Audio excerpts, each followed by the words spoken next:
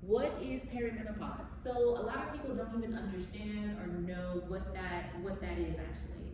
So perimenopause is before you go into postmenopausal, and that's 12 months of no cycle, you're actually in perimenopause. When does perimenopause start? It is different for every woman. So I know for myself, after my third child, I was perimenopausal, and I didn't necessarily realize it because your hormones are in fluctuation. However, I kept going to my doctor and I said, hey, I don't feel right. I'm exercising. I feel very tired and fatigued, even though I'm exercising. I should have more energy. I have no energy for intimacy time with my husband. It's just not there. But in my case, it wasn't working. And so I had to self-advocate for myself.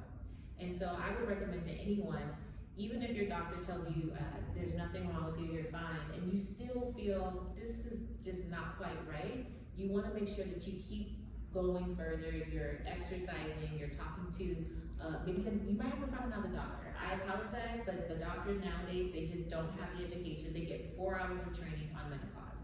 And so if you go to somebody who you feel like is not really listening to you, and as you're trying to self-advocate for yourself, it's kind of like you go to Walmart and you don't find what you need, you go to another store, right? So if you go to a doctor and you feel like they're not really listening to me, what I'm saying coming out of my mouth about how I'm feeling is you're not taken care of, you might have to go find somebody else. And there are different resources to go find someone who does specialize in menopause.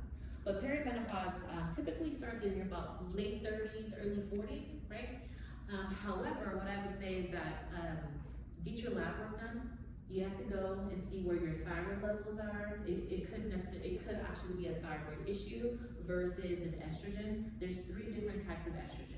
And so when you get the correct lab work done, it can kind of show where you are. And so that kind of gives you more proof to give to the doctor to show, okay, what needs to be done, what should you be taking, what should you not be taking.